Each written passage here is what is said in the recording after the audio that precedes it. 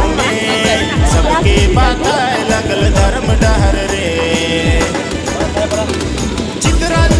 विजय दादा आम्हाला बकरे मिठाई देबे, मिठाई खायला पैसा दे देबे हमरा यहाँ करना जोहार मुर्मा से आए गिले हमर गाँव में सबके बात लगल धर्म डहर रे। मुर्मा से आए गिले हमर गाँव में सबके बात